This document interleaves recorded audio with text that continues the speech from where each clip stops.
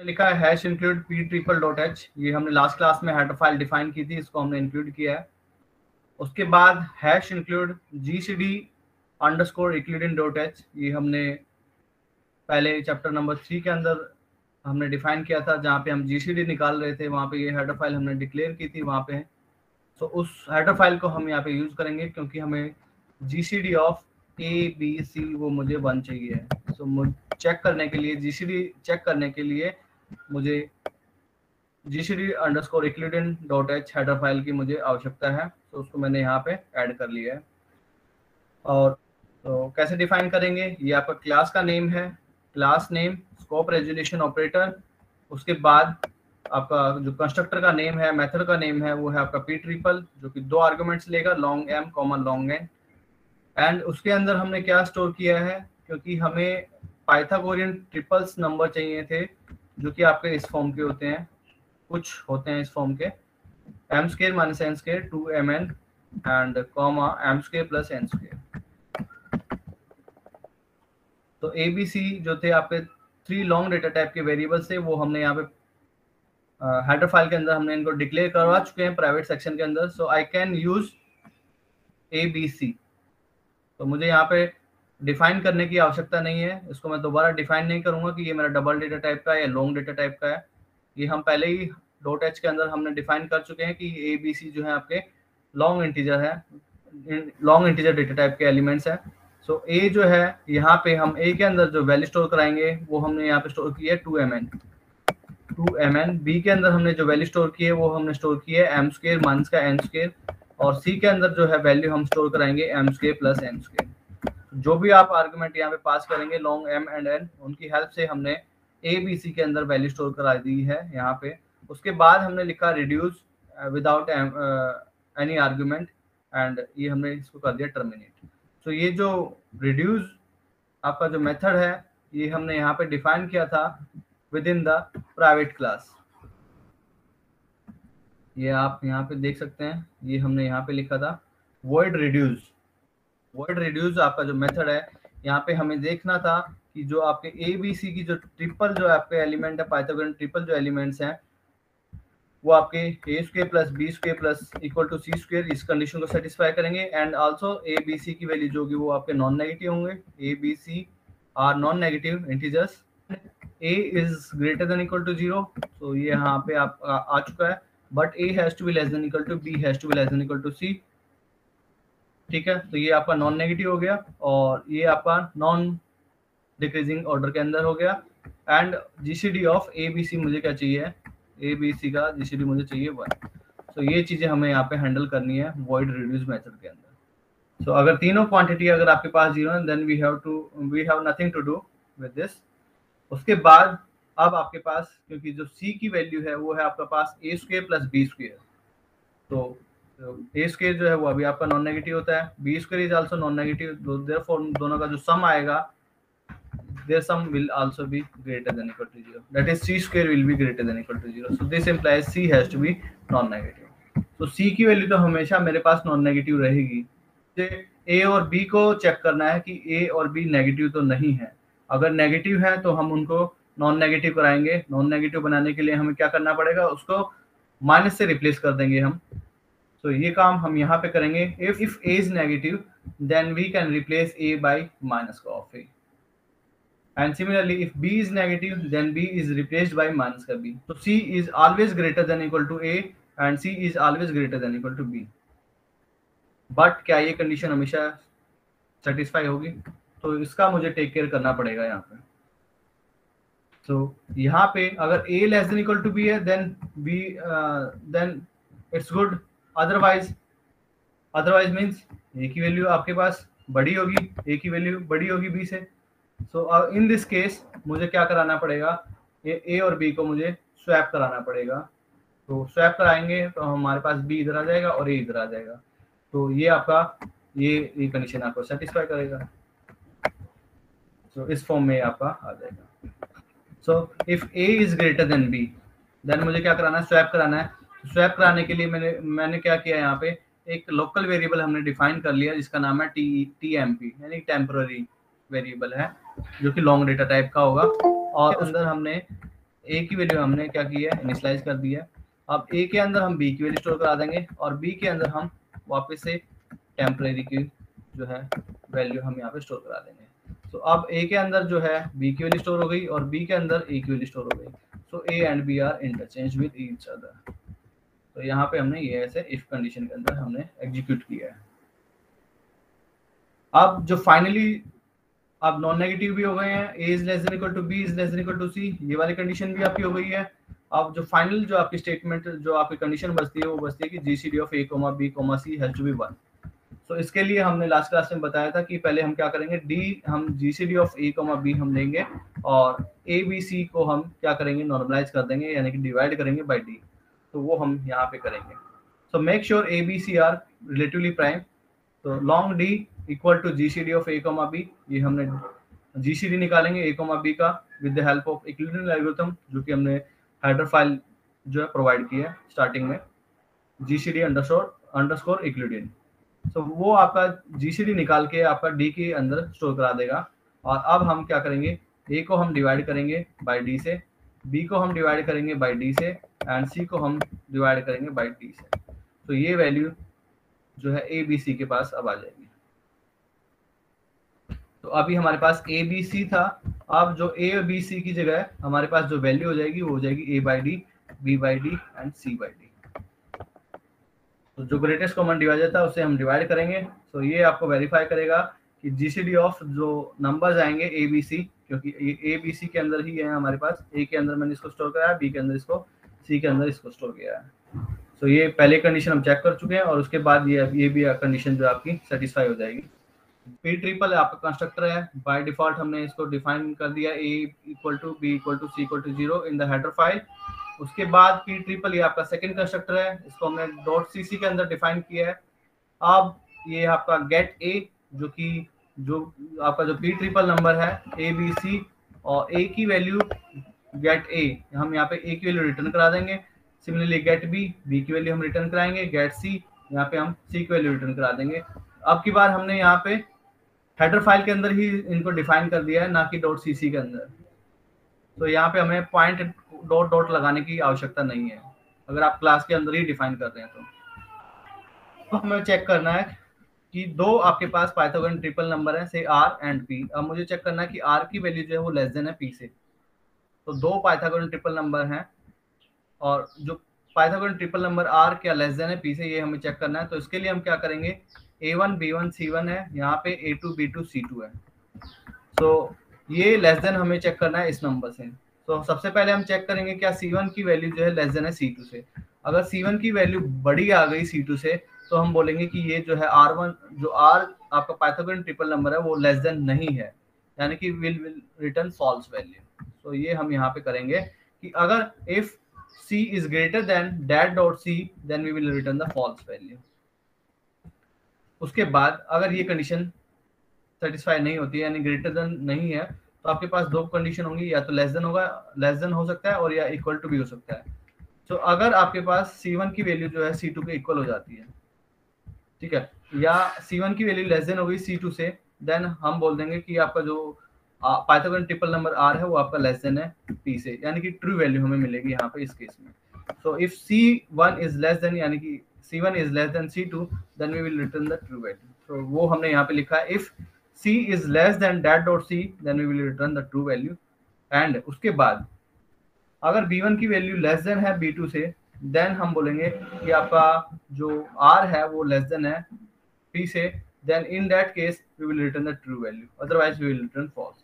So if B is less than dat.b then we will return the true value, otherwise we will return false value। ये हमने लिखा है यहाँ पे। अब हमें क्या करना है, हमें शो करना है, जैसे ही हम सी आउट लिखते हैं, सी आउट और आपका जो भी नंबर होगा पाइथागोरन ट्रिपल नंबर से पीटी मैंने मान लिया, तो जैसे ही मुझे ये लिखना है तो आपका कंप्यूटर स्क्रीन पे आपको क्या वैल्यू आनी चाहिए, ए बी सी की वैल्यू कंप्यूटर स्क्रीन पे शो करनी चाहिए। हमें ऐसे शो करना है कि ए बी सी की वैल्यू जो है कंप्यूटर स्क्रीन पे ऐसे प्रिंट आउट करनी है। तो इसके लिए जो हम आउटपुट स्ट्रीम जो हम यूजुअली डिफाइन करते हैं, जो कि दो आर्गुमेंट लेता है। फर्स्ट जो आर्गुमेंट होता है वो आपका होता है आउटपुट स्ट्रीम टाइप का, जो सेकंड आर्गुमेंट होता है वो आपका होता है पॉइंट के लीजिए, आपका लाइन के लीजिए, या फिर आप जिस क्लास पे आप काम करते हैं। यहाँ पे हमारे जो क्लास है वो पाइथागोरन ट्रिपल्स है, तो ये आपका पीटी जो है रिप्रेजेंट करेगा पाइथागोरन ट्रिपल नंबर्स को। तो दो आर्गुमेंट हमारे पास यहाँ पे लेंगे, तो output stream and OS constant P triple and percent PT.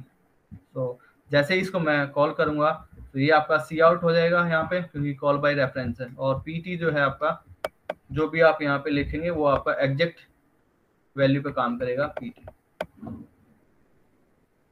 सो अगर यहाँ पे मैंने मान लिया पी है, सो पीटी की वैल्यू जो हो जाएगी पी हो जाएगी, एग्जैक्ट पॉइंट पे काम करता है। अब ये जो लाइन है ये यहाँ पे सी ओ एस की जगह आपके पास हो जाएगा सी आउट। तो सी आउट अब पी टी डॉट गेट ए, ये हमने हेडर फाइल के अंदर डिफाइन किया था। तो जो पॉइंट पी टी आपका है Pythagorean triple number A B C, तो इसके अंदर जो वैल्यू होगी ए के अंदर वो ये वैल्यू रिटर्न करेगा ए के अंदर, फिर कॉमा, फिर P T dot get B, B की वैल्यू रिटर्न करेगा, comma P T dot get C, C की वैल्यू रिटर्न करेगा। एंड उसके बाद ये आपका कंप्यूटर स्क्रीन पर प्रिंट आउट हो जाएगा because of the this command C out command, and फिर रिटर्न करेगा OS.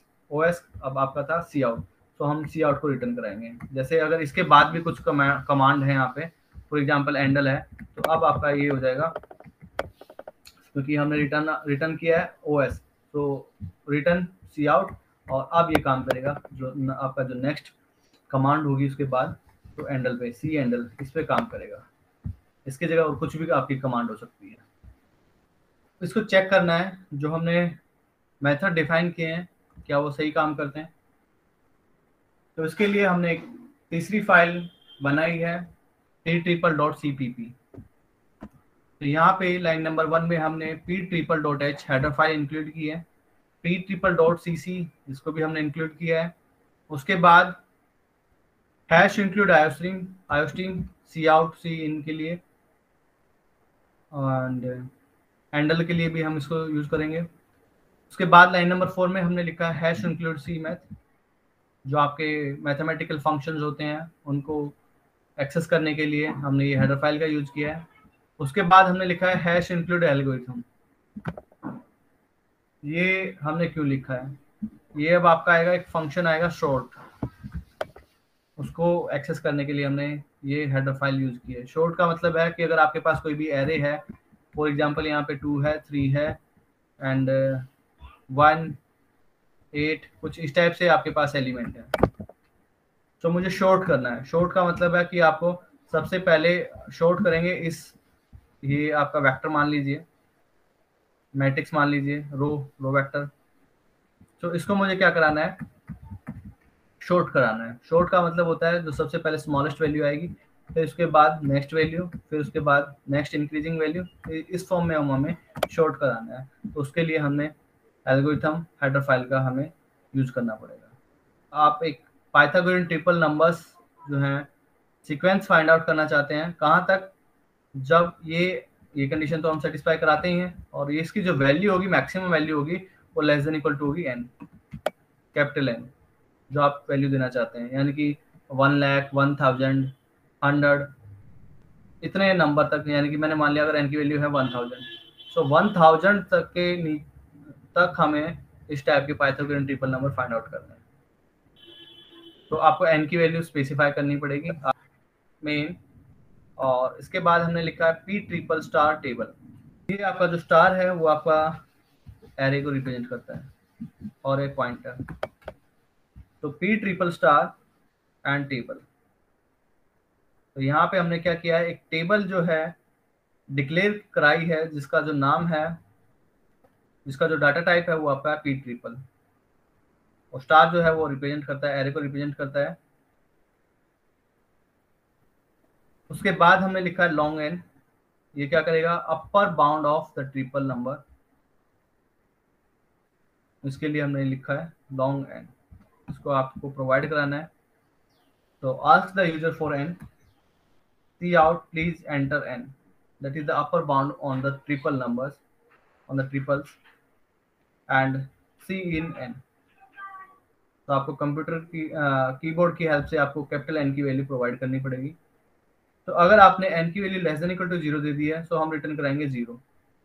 Pythagorean triple number find out करने हैं जो कि लेस देन इक्वल टू 0 है।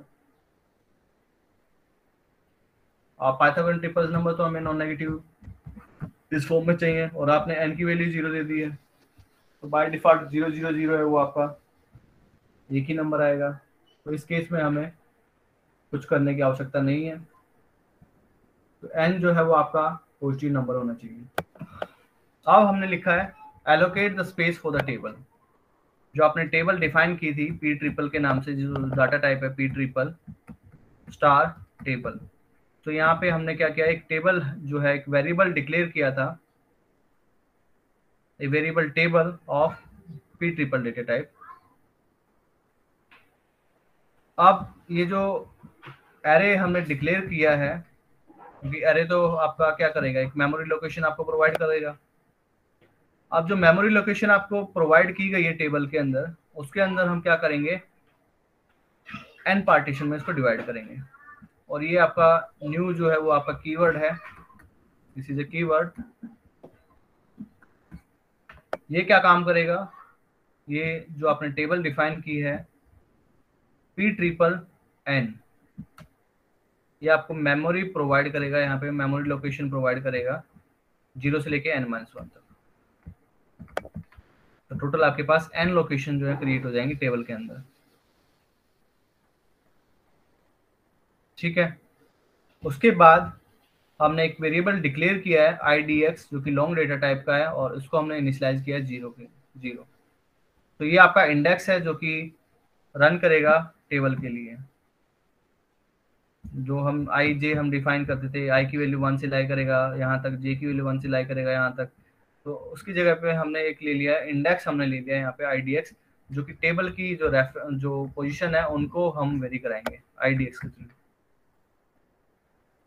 उसके बाद हमें क्या करना है, क्योंकि ये हमने बोला था कि हम किस टाइप के नंबर फाइंड आउट करना चाहते हैं, इस टाइप के नंबर फाइंड आउट करना चाहते हैं is less than equal to n। और आपके जो नंबर्स हैं ए बी सी, वो आपके किस फॉर्म के हैं, M square minus N square और M N two time of M N और M square plus N square, इस टाइप के जो एलिमेंट है, क्योंकि स्क्वायर का यहाँ पे इन्वॉल्व होता है, और ये आपको चाहिए less than equal to N. तो आपके जो एम और एन की जो वैल्यू होगी वो लेस देन इक्वल टू होनी चाहिए, less than equal to square root of N. ये हमें फाइंड आउट करना पड़ेगा। ठीक है, तो इसके लिए हम क्या करेंगे, एक वेरिएबल डिक्लेयर कराएंगे रूट एन, जो कि आपका लॉन्ग डेटा टाइप का हमने डिफाइन किया है, क्योंकि हमें एबीसी की जो ये वैल्यू जो है हमें इंटीजर लेना है। तो इंटीजर लेने के लिए हमने इसको डिफाइन किया है लॉन्ग डेटा टाइप का। अब इसके लिए हमने लिखा है लॉन्ग SQRT डबल एन, ये हमने लिखा है। तो ये क्या काम करेगा, स्क्वायर रूट ऑफ एन की वैल्यू आपको फाइंड आउट करके देगा। डबल एन है यहाँ पे, डबल एन लिखा हुआ है। तो ये अगर आप स्क्वायर रूट निकालेंगे तो इसमें भी पॉसिबल कि आपका जो है जो स्क्वायर रूट आएगा वो आपका डेसिमल नंबर टाइप का हो सकता है। अब उसके बाद हमने क्या किया है, उसके बाद इसको हमने रैप किया है विद इन अ लॉन्ग। तो इसको हम कास्टिंग करेंगे, मुझे यहाँ पे जो वैल्यू फाइंड आउट करनी है वो इंटीजर डेटा टाइप की वैल्यू फाइंड आउट करनी है। तो जो डेसिमल के बाद जो पॉइंट्स होंगे वो उसको डिस्कार्ड कर देगा, और आपको एक finally integer data type long data type की वैल्यू आपको यहाँ पे प्रोवाइड करेगा। तो वो जो वैल्यू आएगी वो हमने स्टोर करा दी है रूट एन के अंदर। ठीक है, तो अब हम क्या करेंगे, m और n को वेरी कराएंगे 1 से लेकर less than equal to root N तक। तो m की वैल्यू और n की वैल्यू 1 बाय 1 हम इसको एग्जीक्यूट कराएंगे। तो पहले हम लिखेंगे फॉर m के लिए, m की वैल्यू स्टार्ट कराएंगे 1 से, और वो आपका रहेगा less than equal to root N तक, एंड उसको हम फिर इंक्रीमेंट करेंगे m प्लस प्लस, फिर आप लूप चलेगा सेकेंड लूप m के अंदर, फोर लूप के अंदर, जो कि m के लिए था। उसके अंदर हम फिर ये m की वैल्यू 1 से लेके m is less than equal to root N m plus plus. अब इसके अंदर जब ये आपका 1 फिक्स होगा तब हम n के लिए वेरी कराएंगे, n की value 1, n is less than equal to root N and n plus plus. जब ये आपके सारे यहाँ तक जो लूप कंप्लीट हो जाएगा तब आपकी m की वैल्यू इंक्रीज होगी, फिर n की वैल्यू इंक्रीज होगी। तो टोटल जो है आपका root N into root N time जो है ये लूप एग्जीक्यूट करेगा। तो वो हमने यहाँ पे लिखा है।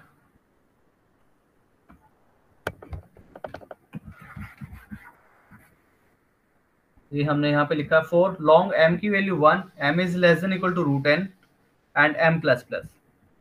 उसके बाद ये आपका m के लिए लूप है, उसके बाद फोर लूप के अंदर हमने फोर लूप का यूज किया है, इसको हम बोलते हैं नेस्टेड लूपिंग। तो अब हम ये जो फोर लूप हमने डिफाइन किया है ये हम n के लिए यूज करेंगे।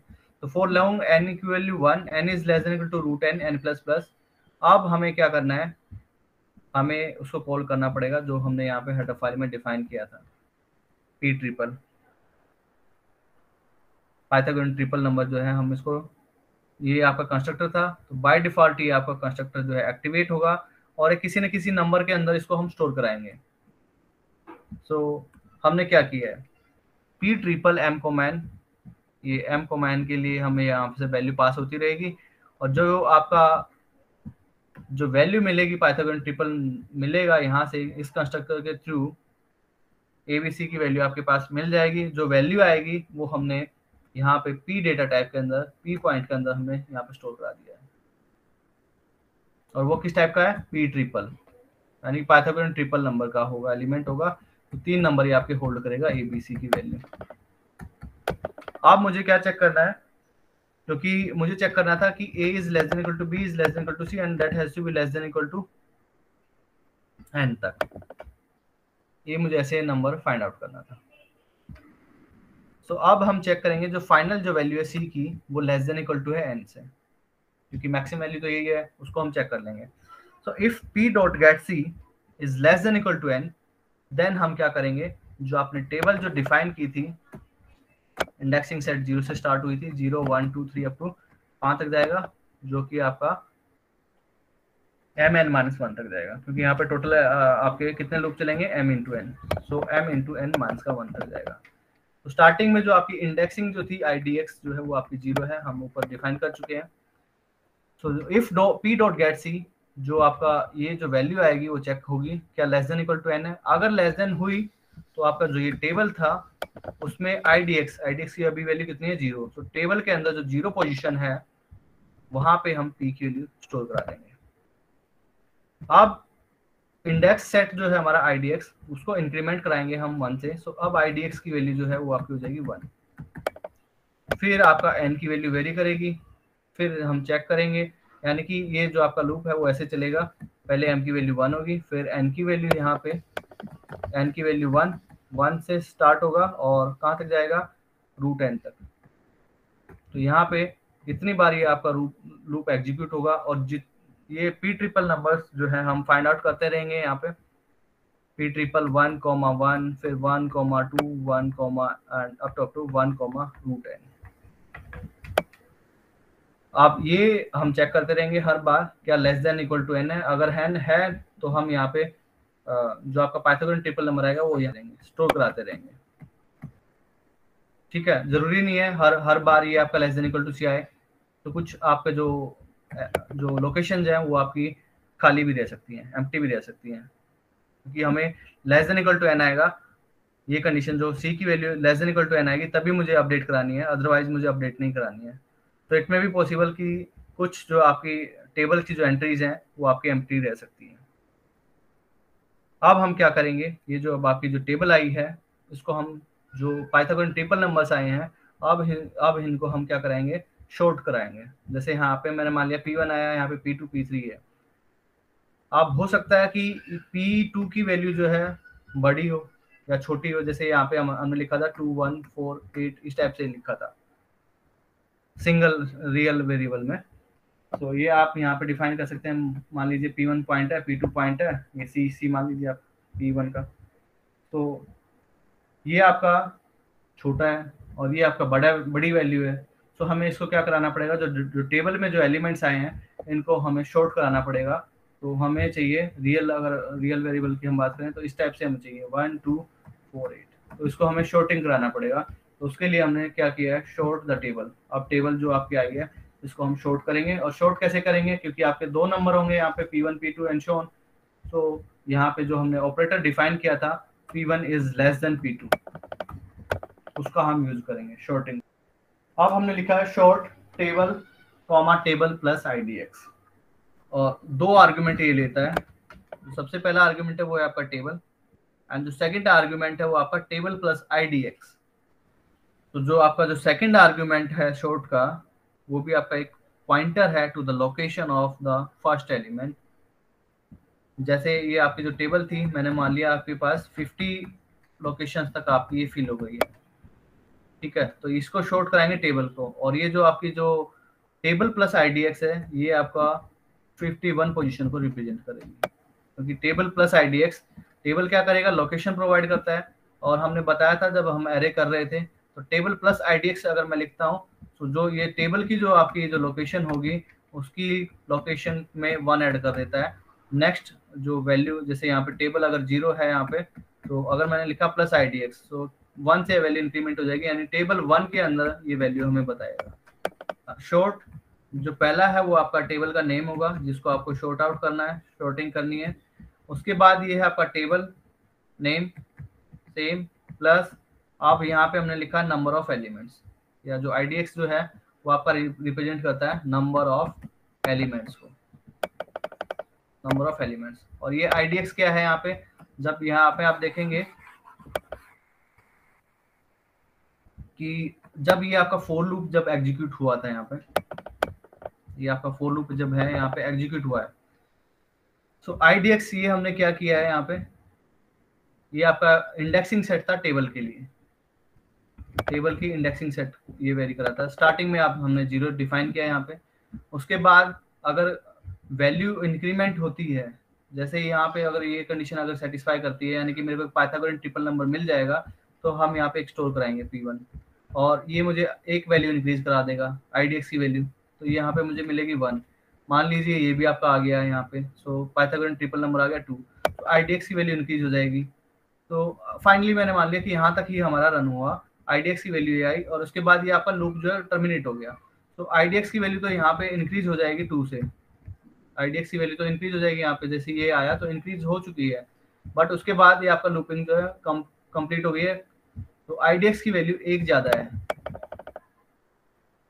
तो आईडीएक्स जो है वो आपका वेरी करेगा 0, 1 एंड 2 तक, और आपको नंबर जो मिले हैं टेबल के अंदर 0 एंड 1 तक ही आपके जो है पाइथागोरन ट्रिपल नंबर मिले हैं। तो आईडीएक्स की जो वैल्यू है अभी वो ये आपके इंडेक्सिंग सेट को रिप्रेजेंट करता है यहाँ पे, और जो कि रिप्रेजेंट करेगा number of elements in the table.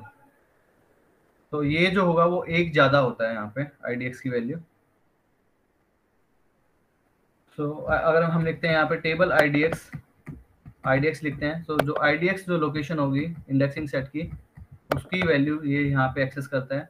But अगर हमने लिखा टेबल प्लस आईडीएक्स, तो ये जो आईडीएक्स की जो वैल्यू थी, जो रेफरेंस वैल्यू थी स्टार्टिंग में, उसमें वैल्यू हम इंक्रीमेंट कराते जाते हैं। टेबल के ऊपर शॉर्ट कराएंगे, टेबल का नेम है प्लस आईडीएक्स, जो आपका नंबर ऑफ एलिमेंट्स आए जो आपके आए थे, और ये 1 ज्यादा है।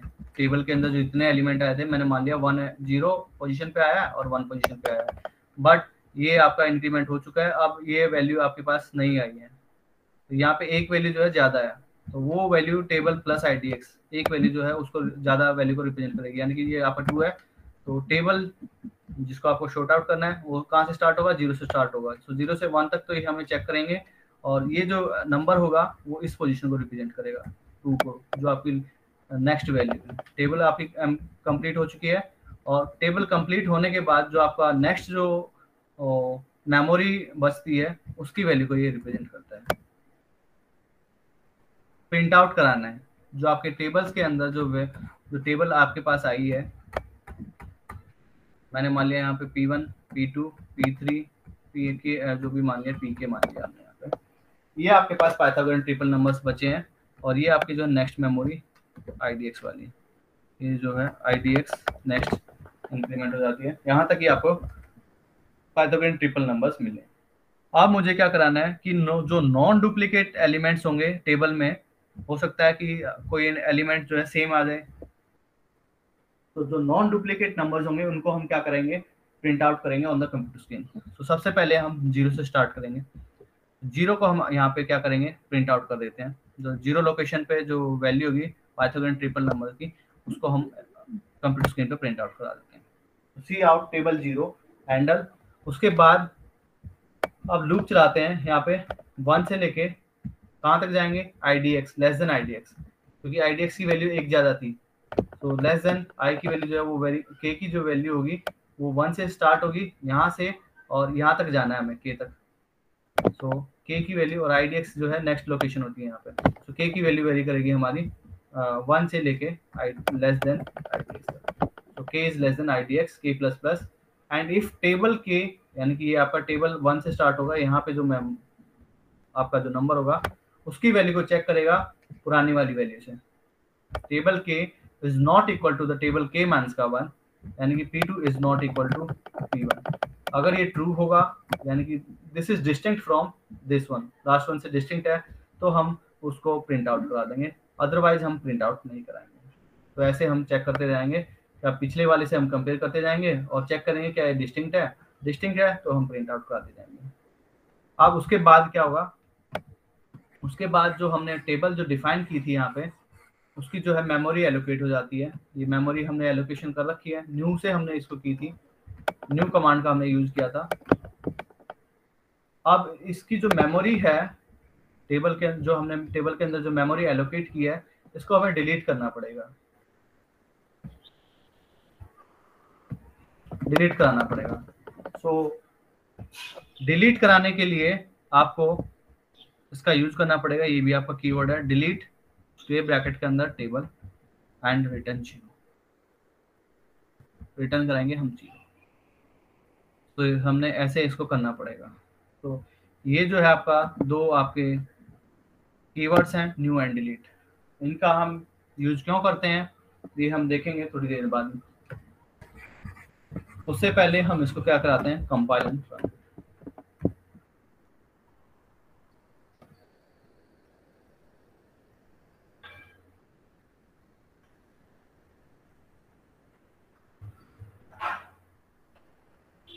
तो आपको n की वैल्यू आपको देनी पड़ेगी, C out enter the value of n। यहाँ पे आपने लिखा please enter n the upper bound of the triples. तो मैंने 100 वैल्यू दे दी है।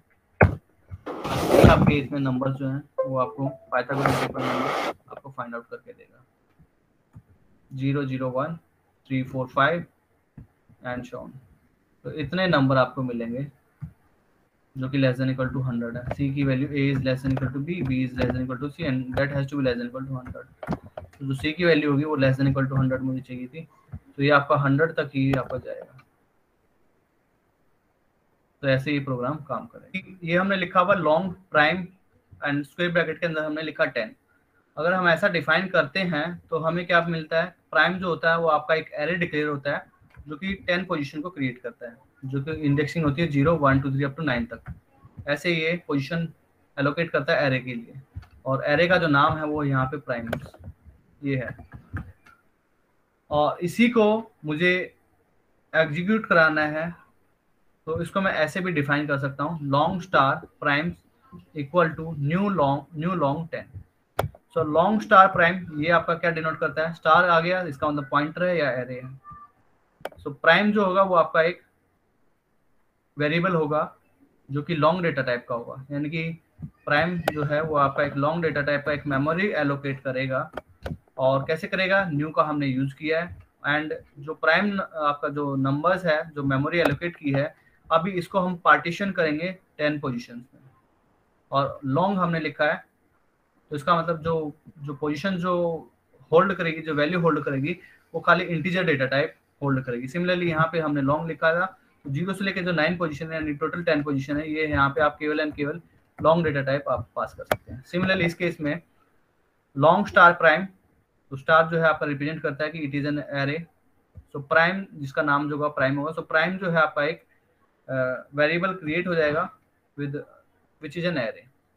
अब उसके अंदर हमने क्या किया है, न्यू कमांड का हमने यूज किया है, और लॉन्ग 10। सो जो आपका प्राइम हमने इसको मेमोरी एलोकेट की है with the help of this star. अब इसको हम पार्टीशन करेंगे, 10 पार्टीशन हम करेंगे, जो कि आपका 0 1 2 अप टू 9 तक जाएगा। और ये हमने लॉन्ग लिखा है, इसका मतलब ये भी लॉन्ग डेटा टाइप आपको वैल्यू स्टोर कराएगा। तो इन दोनों में अंतर क्या हुआ, इन दोनों में अंतर ये है कि अगर आप ये लिखते हैं लॉन्ग प्राइम 10 आप लिखते हैं, तो ये आपकी जो है मेमोरी एलोकेट हो जाती हैं, बट ये कब तक रहती हैं, जब तक आपका जो भी आपका लूप है या जो भी आपने कोडिंग लिखी है, जहाँ पे आपने इसको इनिशियलाइज किया है, जैसे हम जनरली हम लिखते हैं इंटीजर मेन के अंदर, लॉन्ग हमने डिफाइन कर देते हैं प्राइम 10, और तब तक इसका स्कोप रहता है जब तक ये आपका जो कोड है जहां तक आपने इसको कॉल किया है, और जैसे ही कोड से ये बाहर जाएगा तो इसकी मेमोरी जो है एलोकेशन जो है वो आपकी टर्मिनेट हो जाती है। जो आपने मेमोरी पास की थी 0 to 9 वो आपकी ऑटोमेटिकली डिसअपीयर हो जाती है। जो मेमोरी कंप्यूटर के अंदर स्टोर की थी वो ऑटोमेटिकली डिलीट हो जाएगी, बट न्यू के अंदर ऐसा नहीं होगा। न्यू के अंदर जो आपने मेमोरी यहाँ पे दी है वो आपकी एज इट इज बनी रहेगी, इवन दो ये आपका जो है जो प्रोसीजर जो था वो आपका टर्मिनेट हो जाता है।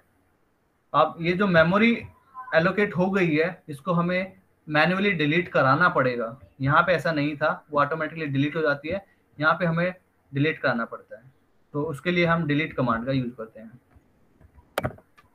डिलीट जो है हम उस कमांड का यूज करेंगे।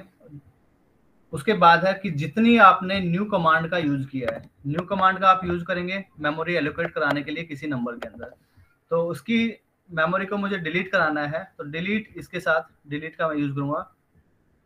और जितने न्यू होंगे उतने ही मुझे डिलीट का यूज करना पड़ेगा। जितने आप मेमोरी एलोकेट करेंगे न्यू कमांड के साथ उतनी बार मुझे डिलीट का कमांड का यूज करना पड़ेगा उसकी जो मेमोरी को डिलीट करने के लिए। ठीक है, so there must be only one and only one delete balancing with each use of the new. If delete is missing, अगर आपने ये नहीं लिखते हैं उसके बाद आप लिख जाते हैं न्यू और कुछ वेरिएबल का नेम यहाँ पे है, तो आपकी मेमोरी एलोकेट होती रहेंगी। Then they persist until the program exists. If one has repeated request to new without matching the delete, then more and more memory is tied up with in the array until the computer runs out of the memory to another request. तो आपकी जो memory है वो आपकी fill होती रहेगी, वो delete नहीं होगी। अगर आप डिलीट कमांड का यूज नहीं करते हैं तो एक ऐसा सिचुएशन आपकी आ जाएगी कि वो आउट ऑफ मेमोरी हो जाएगा। उस सिचुएशन को हम बोलेंगे मेमोरी लीक। तो ये आपका थोड़ा सा मोस्ट इंपॉर्टेंट पॉइंट है डिलीट के बारे में, इसको यूज करना। तो अगर आप एक ब्लॉक के अंदर एक से ज्यादा बार डिलीट कमांड का यूज करेंगे तो आपका जो प्रोग्राम है वो आपका क्रैश हो सकता है।